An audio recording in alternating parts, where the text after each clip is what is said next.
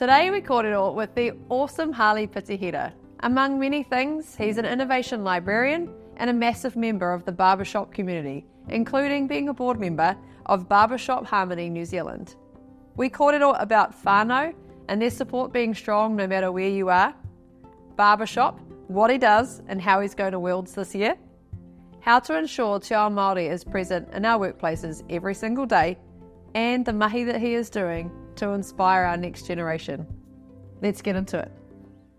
Kia ora, Harley. Thank you so much for having us today at the Hamilton Libraries. Tēnā koe, kia ora. No mai. Welcome. So beautiful, and the work you guys have done here is so cool. So thank you very much. Would you like to open us up first with a karakia? Ka pai.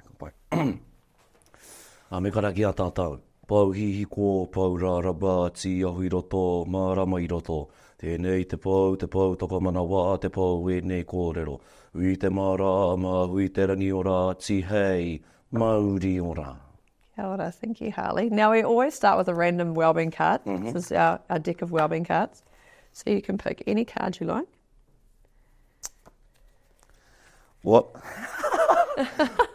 What bad habits do you want to break? She's calling me out.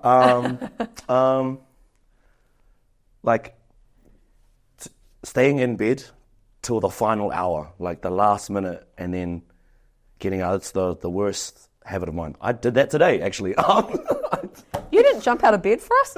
Yes, that's exactly what it was. That's my bad habit, just getting out of bed before the last minute. I love that. Yeah. You're maximising time on that side, not on the other side. Kia ora, exactly. That's it. That's how we can positively spin that.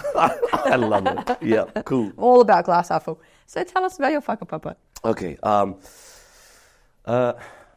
tipua ki tēnei tama I Horowhenua. I grew up in a region called Horowhenua that's governed by Horowhenua Manawa 2, I should say, just so my whānau don't get mad when I say it was governed by two different iwi. The iwi down there are Mua Upoko and Ngāti Raukawa ki te Tonga, who are whanaunga of the iwi and hapu up here. Moved down to the south, I believe, with the journey that Te Rauparaha took across that side of the North Island as he was conquering a lot of land, going down towards the South Island, I believe. My parents are from Livin and Putaruru, and so they were the bridging of the gaps between those two tribes who were at the time were warring tribes. Yeah, Te Rauparaha came through that side of the island and pushed my iwi onto a little hill, a little bit of land surrounded by our ancestral lake. And the children like me have been working towards bridging the warring barriers between them. And so my whakapapa has a bit of a rough history, but working towards building a stronger connection. Yeah, my parents are Ramona Tamakaha and David Pitihira. Out of that came two siblings, my oldest Dion and the second oldest Jason, and then Aneaho. I got this little tiny far speaking to you today. It's outstanding. So coming from Livin then, how have you landed in the Waikato? What's the story of how have you come here? It was actually off of impulse, I believe. I really engage with Te Ao Māori and find it rejuvenating for the wairua at times. So at Kura, I wanted to carry that on, but there wasn't a lot of places that we could do that in my haukainga, and I thought, what better place to do it than, the kingdom of tikanga and come up to Waikato and learn from the masters, the Pautea-maras, the Rangi-Mātānguas, the Te Kāhautus, etc. And yeah, that's why I moved up here, the academics of Te Ao Māori, and to be more immersed in reo. The other side of that is to be closer to another aspect of my whakapapa that I don't know a lot about. I also hail from Te Atiawa in Parihaka, the fortress that was invaded in 1881. And knowing that I have whakapapa there, my grandfather's photo was in one of the marae there, it felt wrong to not know about it by the time I reach adulthood. And so that's the other reason why I moved up to completes the whakapapa puzzle of my life, if you will. Right. That's amazing. That's amazing, and it would just be strengthening your heart each day as you just start to Absolutely. feel it and understand it there a little bit more. So when we caught up, I loved your journey with your study and the mindset that you've had to have near the end of it. So talk to us about your journey with study and how you've had to work on that mindset to get you over the line and get it done. I'm still working on that mindset, actually. Yeah, study was a beast I was not prepared for.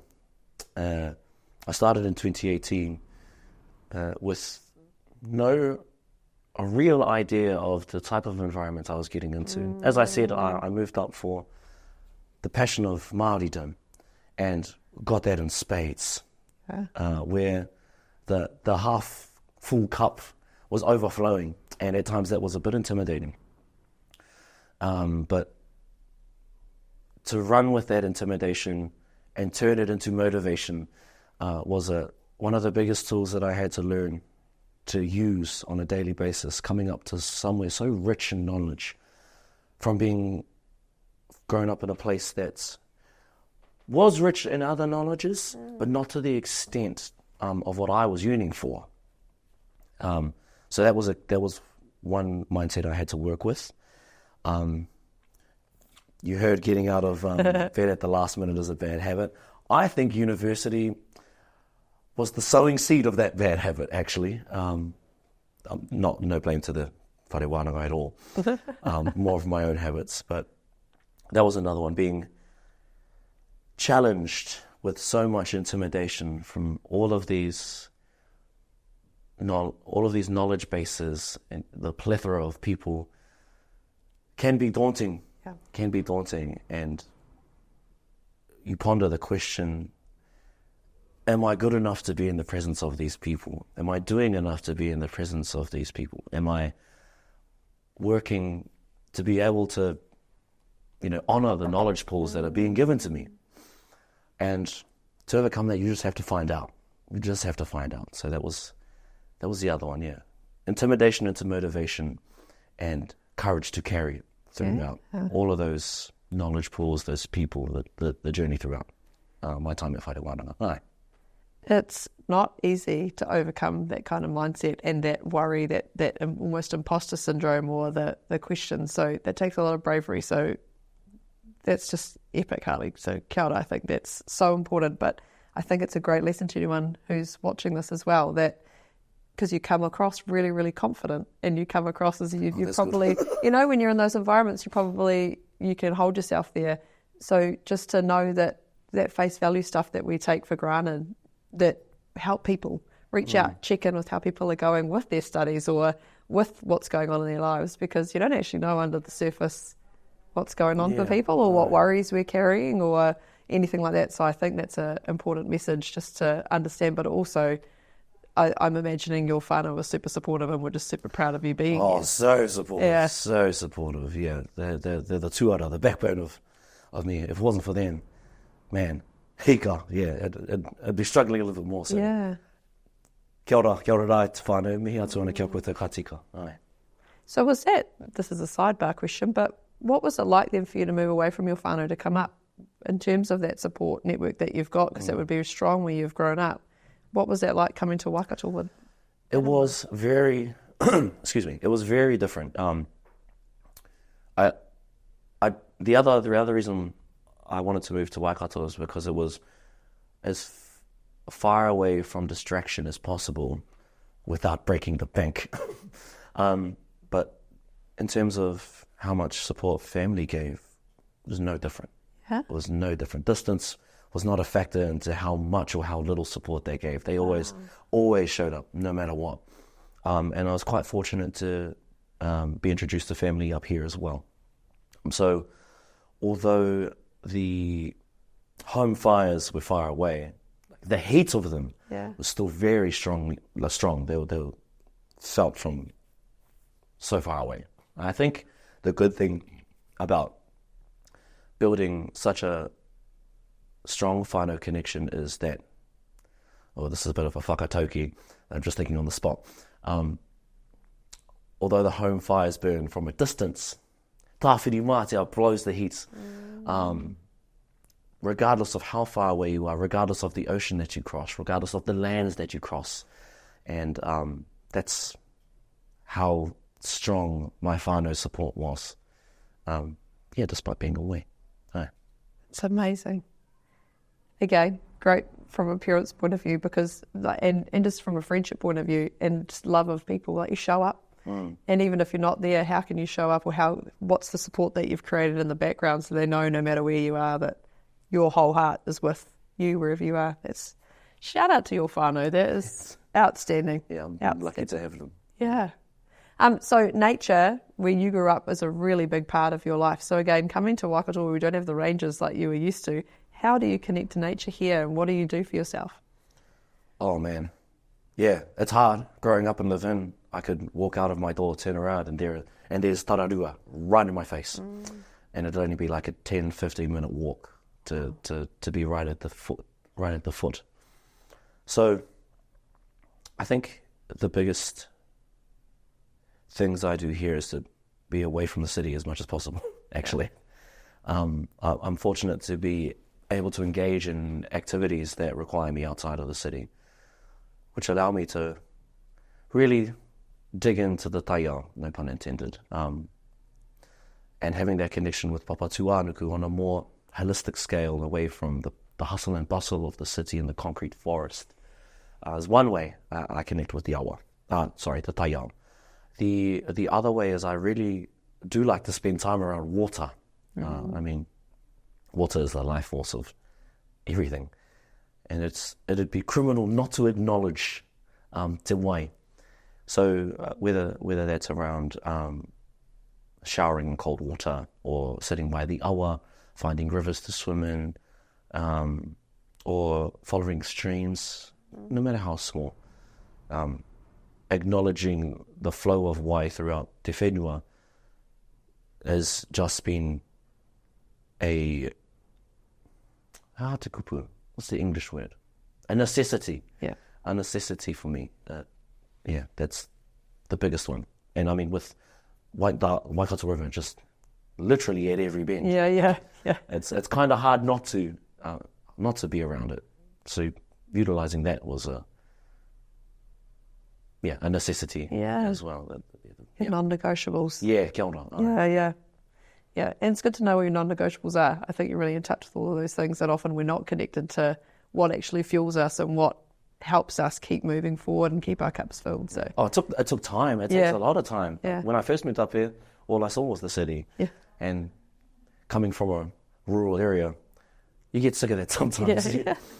So having to go out and not forage, but discover these places where you can revitalize. We have a term for the lake at home, Lake Horowhenua, Punahau is its Maori name. We call it Te Pukarea. And we liken it to a pool of mana or wairua, a focal point for our iwi that we can go to and cast wairua to or be revitalized by its wairua. And so I think moving up here, finding the little points that you can call I pukarea, is absolutely essential. Yeah. You got to take the time. You got to take the time to find it. Yeah. Go on your journey of discovery. So talking about environment, we talk about environment in all kinds of different ways here at Good Day Matrix, and it can be the environment you create around yourself, it can be the environment in terms of nature, it can be all kinds of things, but we'll focus on Te Ao Māori today because it's really important to you to ensure that that's woven throughout every single day for you. So how do you do that, and what does that look like for you each day? Cool. The first thing is derived from te whare tapa whā, is te taha whānau. To immerse yourselves around people who you like. Yep. Maybe not all of the time. Yeah, no. All good. maybe not all of the time. Just around people who you can connect with, confide in, aroha mai, and just work well with, not necessarily in a professional space, but in your daily life as well. Without those connections, I think it's really hard to engage in the next couple of things. Reo is a massive driver of my environment. I don't go a day without speaking reo or singing reo.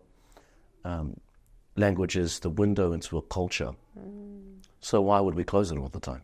You know, having that around and people to speak it with is just so warming for the soul. Yeah. Right. And I think just building off of that is the tikanga that reo not necessarily forces you to engage with, but, you know, with language there are customs. Yep. There are customs. So to be reminded of those, perhaps to even learn them. I mean, I'm not in a whenua that's familiar to me in a tangata whenua sense. But to be surrounded by those who speak reo and engage with the tikanga of here is very fortunate of me. Yeah. So that's also one as well. And I think the other one, there's a lot of heaviness with tikanga. So to lighten that up, there's not a day goes by that I don't sing. Like, even if my voice is dead, I'll be singing something. So, whānau, people, reo, tikanga, and waiata. Waiata. Yeah. Which we'll talk about soon. I'm so excited about that. Yeah. So how can workplaces better support Te Ao Māori within their environments? Oh, what a pātai. Yeah. I think for the start, there needs to be attention to people who can support it, who have the grasp of reo, tikanga, Māori. It's all good to say, like, I want to learn it. But if you're wanting to have a workplace to support it, you need to have someone there that supports it for a start. And then be able to nurture that person with the tools to be able to deliver to workplaces who are yearning for Māori to be expressed and shared in an unapologetic way. Then from there, I think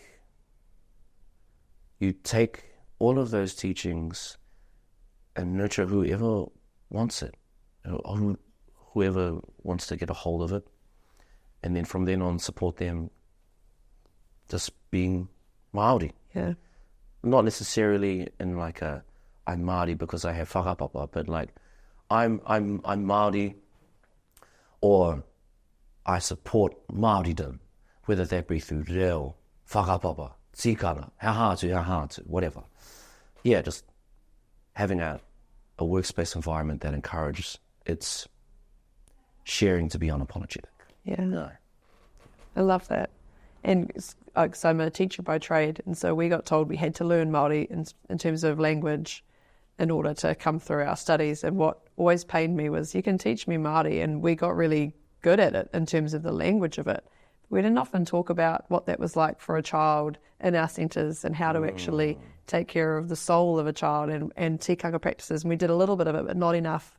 And I think you've hit the nail on the head in terms of, in our workplaces, it's not just about a couple of kupu on the words on the wall to tell us what a spoon is or a cup is in Māori. It's what is that actually like here, not just from the words point of view and the language, but also the soul of our humans that are around. And I think if we can get that message across in workplaces, the stronger we'll be right across Aotearoa. I think it's really important. Absolutely. And there are ways you can go about that too. I know of so many instances where Māori who are in workplaces, not necessarily because they have knowledge, have that kind of mahi hawked off to them. Yeah? That's cool if they're okay with it, but also, like, give the brother some space to figure it out. Like, or whoever is in that area, and like acknowledging, yes, they have that, but don't fall back on them all the time. Yeah. Build them up to it. Yeah. Or, build some connections in order for that reciprocity of knowledge to be had. Yeah. Yeah. Input supports around them, right? So if they are in the beginning stages of a journey, then who else can we help connect you to in different environments so that you can be bringing back different pieces of knowledge and exactly strengthening yourself if that's going to become your role in the team. Exactly. A common thing that happens throughout workplaces that I've noticed is that there are Māori workers here who are on their reclamation journey, whether it be reo, whakapapa or tikanga, that other places might not see that they're at the start. Yeah. So take your time with getting to know your Māori whānau first, before you start asking them to lift these massive kohatu, to move these massive mountains. Give them the time to be strong in who they are first, before you start asking them to, build up the mana of Māoridom in their own workplaces. Yeah, that's a massive thing of mine, but hey, yeah. It's a strong message, and I'm sure every single person watching is going to hear that and heed it now. So thank you very much. That's awesome, Harley. So on Fridays, you've got a special day on Fridays, and it really fills your wāroa. So talk to us about your Fridays and what you do. Aye. You asked what kind of environments I like to surround myself in. Friday is an example of what I wished every day was like. I teach kapa haka at a Catholic school here, Te Kuro Mariana, Marian School Church. And they've done such an amazing thing. They've decided to make kapa haka, and because of that, reo in tikanga compulsory for every single student in that kura. And so I have the honour and privilege, of going into this kura and teaching every single student from start to finish, 9 o'clock to 3 o'clock. These classes range from year 0 to year 8. And at the beginning and end of each class, we have karakia and whakawhanaungatanga. And so to be able to engage with that and teach these kids how cool and how revitalizing that can be for someone, it's truly amazing. I get students outside of work, inside of work, asking me if I'm coming to kapa haka, asking me if I'm going to come back into hakas, if they can learn reo, if they can learn karanga, if they can learn whai kōrero. One student killed me a couple of weeks ago, a little poto 4-year-old. Matua, can I do kapa haka outside of school? Are there places I can do hakas outside of school? And you don't often, you don't often hear that from a 4-year-old at a school that's not predominantly Māori driven. And I had to keep face because this kid wanted to engage with Māoridom everywhere. Yeah. So I told them all the places, and then I'd show them, and then I ran off and had a cry in the classroom. Just because it was so awesome to hear. But yeah, all of that. Anyway, so I teach hakas to all of these kids. What a segue, eh? What a segue. And I take a leadership class called Te Ropu Raukura, who are our seniors in the school who are Māori, who would like to lead in the Māori spaces, and really express who they are as Māori, whether that be finding out where they come from, learning reo, singing a song, doing haka. Haka is a fantastic vehicle to understand all aspects of Māoridom, because you have reo, you have waiata, you have history through the songs, you have the expression of haka, which can be used as a vehicle for message, protest, acknowledgement, lament. You truly do see the four corners right to the edge of Māoridom through kapa haka. So it's cool that I get to show that to kids. Yeah. And it's cool they get to feel it. Yeah. Cool that they get to be part of it with you and see your passion that you need to come to my kids' school. We'll run something up. We'll sort that out. Now, I'm really excited. I'm finally here. So, when we caught up, we learned how amazing you are at Barbershop. So, please tell us what Barbershop is and how you are involved in Barbershop. Man, Barbershop is honestly an addiction, eh? But it's a singing form. It's a singing form of 4-part harmony. Unlike choral music, where the melody sits in the highest part, the melody sits in between. And so we have 4 parts: bass, which I sing; baritone, I also sing; lead, I also no. So this is really a one-man form. Yeah, I am Barbershop, I think, and it's not. You can keep that in. Bass, baritone, lead, and tenor, and it's close harmony. And from that harmony, you get it's hard to explain. Magic. Yeah, Magic. yeah. There's just a massive wonder with Barbershop. You get like, we call it lock and ring, and it's like a, you know, when you go to a concert and there's just a like, from the beats or from the singing, there's a massive vibration in your chest. You get that, but through the connection of voice, and that's what I mean by it's addictive, because you always like just get a massive rush off of the vibration of the connection of voice. And that's what I think the heart of Barbershop is. Yeah, just 4 voices connecting, and, well, it's not perfect harmony all of the time, but in... and Not on Harley, though. yeah. Yeah, document that, Kelda. Yeah, 4 voices in harmony that just make magic. Yeah. Sidebar. Do you struggle? Because I've now watched a couple of your videos singing. Oh, No, gosh. they're epic. Google it. When you guys hit that, like, there's like that magic, the whole thing is magic, but there's going to be some that you guys have like worked on to be that like wow moment of a performance. When that happens, do you struggle not to be like, woo, like, do you have to, because I reckon, because I do that even when we're in the office and we're singing and like 2 of us will sing at the same time, like, yes, like, how do you control yourself to stay like, otherwise you'd drop the next 3 beats? Heck, it's so hard. It's so hard. Even on performance day. Yeah. I have a bad habit in rehearsals of, we rep sections of a song or of an arrangement, and then we hit something that either we know is mean or that isn't mean at all, and then we finally hit it. Yeah. And I break character in that moment, because I'm like, damn, that was gangster. Yeah. And then like my quartet will be like, ow. Oh, sorry, just carry on. And then we have to run it again, and it's never as good. And I'm like, oh, dang. But then those moments when they head on stage, you kind of, because of all of the whoa moments in rehearsal, you hit it on stage, and like your character embodies that now, rather than just being a character that you sing and then end up breaking it because you thought it was so mean. It's like this character thinks it's mean, and so you lock in, you really lock into the performance. Magic. Yeah. Oh, magic. How did you get into Barbershop? How did the journey start? Oh, it was by chance. I have to have a mahi to my music teacher, Tim Sheriffs. You're the man, bro, and you know that. I don't get to say that enough. So this segment is dedicated to you.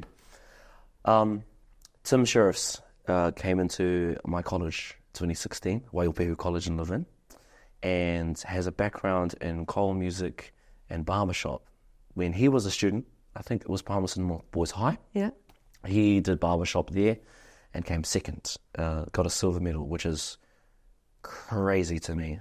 And then some years later, after he completed his master's over in the States, he came back, taught at my school, and introduced us to this crazy barbershop thing. And it started off with my cousin, Harley Pitihira. They had a quartet together called, I think it was either 403 Dub C or 503 Dub C, which was the number of the music class, Dub C, Waiupehu College. That was their quartet name. Wicked. And so I used to sit in on their rehearsals, and Mr. Sheriffs got me in to sing with them one time, and I was like, oh. Don't make me leave. Yeah, exactly. It just holds you in. And so the next year he put me into a quartet with 3 other boys from Waiupehu College. We were called Minor Setback, just a little punny name. 4 brown boys from Polynesian and Maori descent taking up Barbershop. And we got all the way to nationals, and our first year came 5th. In 5th year, which was a massive achievement for us. Because we got to, show our in our region anyway, that Maori and Pacifica peeps can do this. Yeah. Like, this is a waka that we can row, and we can do row well. We can lead. Yeah. And ever since then, I've never left. Yeah. Epic. Those teachers, eh? Oh, those man. magical teachers. Yeah. That pivot your life. Yeah. Straight up. That's who he was. Yeah. And you never know. He wouldn't have known that was going to be that magic moment for you that was, going to continue. That's so cool. So you are massive within the barbershop community, and you hold a lot of roles, and you do a lot of mahi for youth now as well in the space. So talk to us about all of the roles that you hold within barbershop and how you how you managed all. How do you make time? I That's why we're both husky today. I have been sick and I'm better, but he's husky because he's been singing. Hiko, I think I can tell you the roles. I don't think I can tell you how I manage my time. I don't even think I've... Yeah, anyway. Slide into places sideways. That's how I always explain it. Slide in sideways and you keep going. That's it. I guess I'll start from the start. So my music positions is that I sing bass in a quartet. I sing baritone in a chorus, which is like a choir version of Barbershop. Baritone section leader. In a chorus called Mighty River Harmony, Kia ora boys. They were the ones who nurtured me after college to continue on. Yeah, if it wasn't for them, I wouldn't be here. On them, I'm on the governing board for that chorus, who have now extended it to Barbershop in the Waikato, outside of high school, and any ensemble who wants to come into that. So we have other ensembles who are sitting outside of that. That's cool. They're still engaged with Barbershop. That's awesome. So I'm on that. A while ago, a group of us started a youth chorus here in Waikato to strengthen Barbershop after high school, which is so strong in Waikato. 2019, we took our first and second place for quartet. Wow. We also took out, I think, a couple of choir accolades. 2022, we took out first again in Palmerston North, first equal with Tawa College. That was Sacred Heart. Yeah. In a chorus called Heart Attack. Fantastic higher voices chorus. And then a couple quartets from Hamilton as well. I can't remember their names. Oh, yeah. And then 2023, we had the hat trick. Sacred Heart joined up with, I think it was Fairfield, blue uniforms, and made a chorus called Manawa, and won it again, and brought it back home. Yeah. Because they brought heart. Hey. I'm from Sacred Heart, so I'm like, yeah. Wow. Anyway, yep. So Barbershop was real strong. I digress. I apologise. And so we brought all of that and wanted to nurture those voices into something magical. And so now we have a chorus called Manu Mā Tātahi, which means, well, Manu is bird, Mā Tātahi is youth, or youth. And so contextually, because we're singers, and there are certain Manu throughout the motu who are known for their singing, like the tui, we've contextualised that to mean youthful songbirds. So that's us. We started off with a group of 11, just in a circle, singing what we call tags, or the coda, the end of the song. And then we decided, we can make this something a little bit bigger. And we grew into a competitive chorus. Not necessarily for a score, but just to show the motu, hey, Barbershop is gangster. Yeah. And the youth, my boss is laughing behind the camera. Barbershop is amazing, and like there's this avenue for you to express yourself as a singer and as a human being to the best of your abilities. It was rough though, but I'll get onto that later. So I direct that chorus, I co-direct that chorus, so I apologise.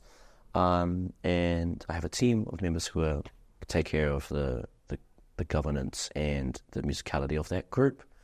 Outside of those two groups, I sing bass in a quartet called Usual Suspects, who are going to compete at the World Championships this year in June in Cleveland, Ohio.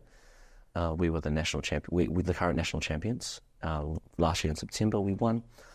Outside of that, I'm on the Young Singers in Harmony board as outreach coordinator, connecting with a whole bunch of organisations or people or other choruses to nurture youth barbershop amongst our colleges.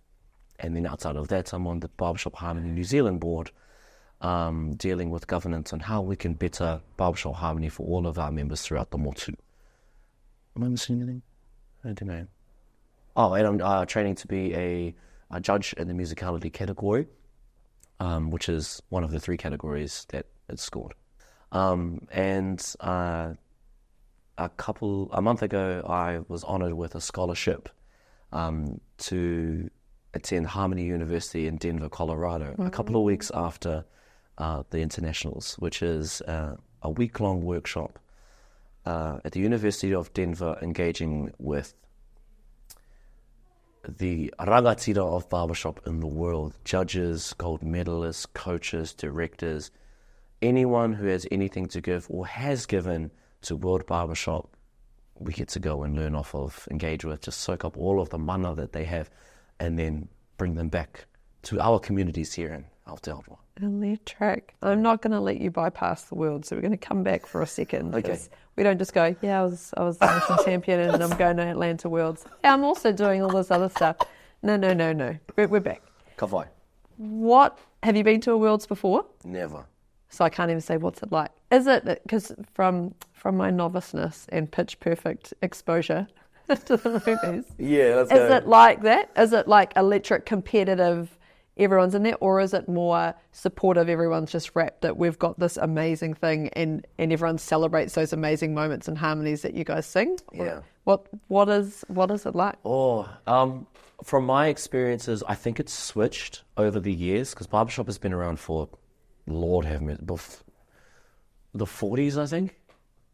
God, Stone Age. Like competitive Barbershop has, but I mean, I think Barbershop itself was, invented isn't the word, was brought about in slavery. They called it, I think, woodshedding, where workers would get together and sing old hymnals, old spirituals, and then just harmonise on the fly. And obviously over the years have gone, slavery was abolished, but the arts of singing in harmony had stayed. Yeah. And then Barbershop came about. I'm digressing again, sorry. World, the competitiveness, the energy of Barbershop from then till now went from this handia's, in my opinion, this handia's competitiveness where, the gold was the goal. Yeah. To the competitive aspect is still there, but nobody in the audience or in the other quartets or choruses wants you to fail. They want you to succeed to the best of your abilities, despite the fact that you're competing against them. Yeah. And I think that's how it should be. Yeah. Like, to have all of these greats who are competing for gold, to being able to nurture those who are around them, despite the fact that they're going against them. Like, what a network of people to build up and nurture Barbershop as an art and as a culture. Yeah, that's what it's like, I believe. That's what I had hoped for it, if that makes sense, because you're making magic. Yeah. So everyone there should just be appreciating the magic, not hating on them for hitting a note that they wish they could. Exactly. They could crack. Yeah. So if we want to come along, if we want to support Barbershop, if we want to see you on stage nailing it, or anyone across the motu, wherever, how do we come to Barbershop events? Are there annual things that we can come and see? Yes. How do we get involved? The usual suspects, my quartet, have their farewell show, a variety show of kapahaka barbershoppers, cultures from the Pacific Islands coming together and sharing their art forms. And in September, we have the national competition in Wellington. June 15th. It's at the Gallagher Performing Arts Centre at Waikato University. In September, if you want to come and support Barbershop, we have the national competition in Wellington at the St. James Theatre. Come along to that too. But also, if you're wanting to just get into it, go see a chorus. Go see a local chorus. On the website, Barbershop Harmony New Zealand, there's a map of where all of the choruses and groups are. Go and see them. Go look up some videos on YouTube. Just type up Barbershop Quartet and it'll show you all of the top quartets in the world, and you'll just be amazed. You'll be amazed, yeah. Or come see us on a Tuesday and Thursday night at Marion School, where we rehearse. We need more members. Tauti mai, haere mai, kia ora. You'll see me there. Massive. I'm going to hold you to that. For you, I think you should go to a group called the Waikato River Tones, who are the national champions. They are an all, we like to say higher voices here. They're predominantly a female chorus, but they are dope. Oh my days. Their master director is a legend. Went to internationals last year with her quartet Unlimited. Kia ora, Kate. Is now the master director and going to the Worlds this year. And they're a Hundi's competitive chorus. Yeah. But if you ever wanted to just go along and just sit down, Monday nights, 7:30 at Marion. If you wanted to come see the lads, Tuesday, same time. If you wanted to come see my youth chorus, Thursday, same time. I'm going to get all this written down, put it in my schedule. Kia ora, yeah. This is so cool. I'm going to be hurt if you don't come, just saying. Cool. Anyway, Karen. I'll be there. You're just going to get annoyed that I'm there. You'll be like, oh my God, Des, go away. Cool. I've had enough, mate. This is a one-time gig. Challenge accepted. Cool. So of all that, I imagine over the years then, because the competitions have been pretty massive, where are some cool places that you've travelled to do barbershop? Not all. I mean, there are a lot of cool places to me. Experiencing the Victory Centre in Auckland was unreal last year. I don't go to Auckland a lot, so I think to me that's a cool place. And the travelling south was cool in Christchurch. That was my very first big boys barbershop convention where I got to see the world champions at the time come and visit, who are the current record holders for the highest score. They're called After Hours. Oh, my days. They're amazing. And, being able to go into schools for this, to share. Going over to America is cool. But I think the cool places for me are the local areas, the local communities that you can instill passion and inspiration through the art form of barbershop. And those places are what I think are cool. Yeah. And then I'm going to America. That's, whatever. Just cash. Again, just dropping it in there, but moving on quickly. It reminds me of 660 and how they've gone into local areas on their like smaller concert tour and actually taking it into those rural areas and those different sort of areas that don't often get that amazing inspiration right in front of them on a small stage and a small audience. And I think the more that you're doing that and everyone's, sharing your amazing gifts and inspiring children who, I never got to see barbershop when I was a kid.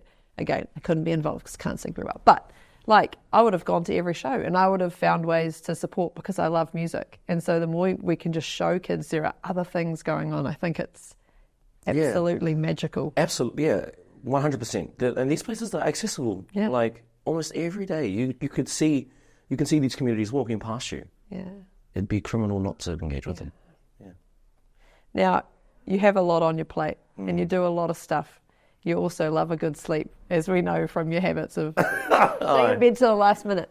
How do you take care of yourself in amongst what I imagine is one of the most jam-packed schedules of anyone I know? My beautiful partner, my other half, she's a hard lady. But I think it's without her, I wouldn't be able to find out whether or not I'm being too busy. She often points out, you've got too much on your plate and you need to take it off. Like, I can see it affecting you. So, kia ora, my dear. Love you, baby. It's her. Yeah, without her, I'd be running around like a headless chicken, as if I'm not already, but... Yeah, she really grounds me and takes care, makes sure I'm taking time out for myself when... I hate to say this, but it's because it sounds really cocky, but taking time out for myself when I'm giving so much to others. Yeah. I don't mean that in a cocky way, but when you're surrounded by people so much and you're just passionate to give as much as you can so that they can be better people. She reminds me constantly that you got to do that for yourself. Yeah. Yeah, it's her. And I have a good network of family and friends. One of my... people in the chorus, she's our chorus mower. She's everything to it. Her name is Kitty Crossland. She gave me a tarot card reading the other day, and I don't know if I can say this. You can cut this out. The tarot card reading was, you need to cut back on the amount of work to do, or you'll be pregnant. So, yeah, fair. There's that too. I have such a cool network of friends doing that for me. And then there are just people who are willing to help take off the load. And heaps of things that I do. Like I work with a cool team as well, the Whakahu crew. Yep. Who are just manses. They're awesome. They're awesome. If help is needed, they'll be there, and likewise, and reciprocation. Yeah. I don't know if that answered your question at all. That just 100%. Made me sound like I was more busy than what you asked. But. Well, number one, it's not cocky saying that you're giving a lot to other people. I think that's actually a really good acknowledgement because so many of us give a lot and we don't take care of ourselves. So that's my first point, just to say that it's not cocky to say that you give a lot because we already just heard all the things you give. And I can't imagine there's a lot of money that's sitting in Barbershop for all of these roles that you're doing, that you're getting paid lots and lots of money to be on all these different, exactly. It's all out of love. Exactly. And so you're giving, let me rephrase myself. You're giving because it does refuel you, because you see them grow and you see the joy and you hear those moments and it all gives back to you, but you still also need to step away and go to the river or go into the bush or listen to your own music, whatever that is. But you do need to refuel. It's the same when we talk to mums and we talk to dads, and you can't just go, because what you gave yesterday is 100%, tomorrow will be 70%, and then it'll be 60% because we're not refueling the tank. So It's not selfish and it's not cocky, and it's not, there's nothing wrong with saying, actually just needed a day, or I needed a slower start to the morning so that I could do whatever my morning routine is, so that I came in here right for you. And I think you're doing amazing things, sir. And thank you. Very, very proud to have met you. Yeah, thank you. Now I'm part of your journey. I would turn up all the time at your practices. I'd be like, where's Wally? You've said that 3 times now. It's done. It's engraved. Who is a person who has positively impacted your life, and how? Oh, man. You can talk about more than one. That's cool. I don't know. There's so many people passing my mind right now. I think I have to give all of my love to my parents. Like, in both a figurative sense and literal sense, they are the cornerstone of my existence. I would not be the man I am today without them. Sorry. I haven't seen my parents in a long time, so I get really emotional talking about them. My mother is a tough lady, and I think because of her, I've been able to build the character of the tenacity that's required because of her. Being from humble beginnings, my mum made sure that no matter what, we had everything that we needed, even if they meant she went without. And my father taught me how to be a man, not necessarily in the masculine way, but how to navigate the world with humility, how to stand up whenever you shake someone's hand, how to open the door for someone, and give me the values of what it meant to be kind, to be strong, and regardless of anything you do, you never do anything half-pie, never. And I hope that the teachings that they've given, that I carry them out every day. I know I don't do it to the best of my abilities, but they're always there with me. They're always there. And so for quite literally everything I have to give it up to them. Yeah. That's so special. And it brings me back also to you with your full plate, with your, the fact that you can talk to your team and say, hey, can you take this from me? I'm a bit overcommitted or whatever. To be able to have those conversations is really brave.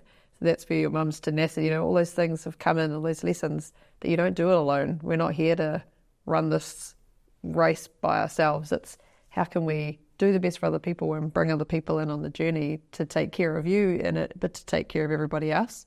And I think that's a testament to both of your parents as well, that you can have those conversations, because often we don't. If we feel like we're sinking, we don't say, hey, I need some help. We just take more on because we're trying to be helpful to everyone else. And that's pretty special that they've helped you to be that human who can be out in the world doing cool stuff, but also say, need some help. Got a little bit too much on. Yeah. Oh, I have one more. My stepmother. Oh, Lord have mercy. She'd kill me if I didn't say this. And just by that alone, she was hard. She was hard, but there was a period of time where I was just not having it, and she made sure that I understood why I was getting such hard yarn from her, and I understand it now. If it wasn't for her, I would probably be running around the streets right now, doing God knows what. And that lady, Diane, my father's wife, kept me on the straight and narrow. With the help of my biological mother and father, built pathways that I, as a little Maori kid from a rural town being surrounded by so much, would never have dreamed of. Yeah, that lady single-handedly smacked me back on the straight and narrow. And I hated it for her then, but I love her for it now. Yeah. She saw your potential. She saw the spark. Yeah. She knew. Yeah. Oh, that's so special. Now, we've got one question to finish today. Cool. So Come on. each interviewee writes a question for the next interviewee, so they don't know who they're writing it for, but here's your question today. So if you read it out and then answer it. What is the best advice you've ever been given? Who gave it? And how have you used it? Oh, what a question. Man. I don't know. This is hard. I've been given so much over the years. But probably most recently given by the quartet of my lead, Nathan Harper, who is an absolute G. He's been doing most of our work to go to America. If it wasn't for him, we'd be grounded. Don't be afraid to express your personality, who you are, your being. Just embody it and let it flow in spades. And this was in the context of a chorus rehearsal. He told me that piece of advice because I was a little bit energetic from having too much coffee, and I was trying to hide it for the betterment of the chorus. And he came up to me, he was like, I can see you're struggling, but just let it flow. You are you, be that. Like, you don't need to change. And so from that, and from the plethora of people who have told it to me in the past, from being a kid who has always tried to conform to societal norms, to now, just embodying who you are every single day. Particularly, I'm a weird kid, and at that, I'm still a kid. Like, I still watch cartoons and still read about SpongeBob and whatnot. It's nice to be a child, and to embody that unapologetically. Just don't be ashamed of who you are. You don't need to change. You can grow into places and into environments, but you don't need to change who you are as a person. You can add to who you are as a person. Yeah, and then show that in spades. Mic drop. Seriously, and you're working with kids, so you're showing kids this every single day to be themselves and be their weird, crazy, authentic, whoever you are, bring it. You're leading that, you're changing lives. Oh, that's so cool, Harley. Thank you so much for today. Thank you for the work that you do with our youth. I think the difference you're going to make for so many lives is just massive, and you'll never know it. You'll never know what you've done for those kids, but thank you so much. And thank you for this amazing kōrero today. I'm so grateful to have sat here with you. I will be at your practices, so I'm really sorry in advance. Said it 4 times now. Sweet. Would you like to close us out with a karakia today? I would, but first, e mihi ana ki a koutou, ka tika. I've been doing the research on the amount of people and things that you've been giving to the world, and I want to say it's groundbreaking and mountain moving. So keep doing it. And I don't know why you've got me on here, but compared to all of them, but I'm humbled and privileged to be able to talk to you and just share who I am. Yeah, kia ora, thank you very much. Supposed to be finished with karakia. Tuatahi ake he mihi kia koutou ngā kai whakahaere katoa. Ko whakawhāriki hia nei tēnei kaupapa nui whakahirahira tēnā koutou, a tēnā koutou, tēnā koutou. Kia whakairi a te tapu o tēnei wānanga ki ngā pātū o te whare kāpute ki te whaiao ki te ao mārama. Unuhia, unuhia, unuhia ki te urutapu nui a tāne. Kia māma, kia wātea, te tīnana, te hinengaro, te wairua me te ngā kau ki te ara takatū. Ko iara e rogo whakairi ake kia wātea. Aira, ko wātea. Turu o hiti whakamaua kia tīna, hau e, hui e, dai ki e. Kia ora. Kia ora rā. Thank you so much. Thank you.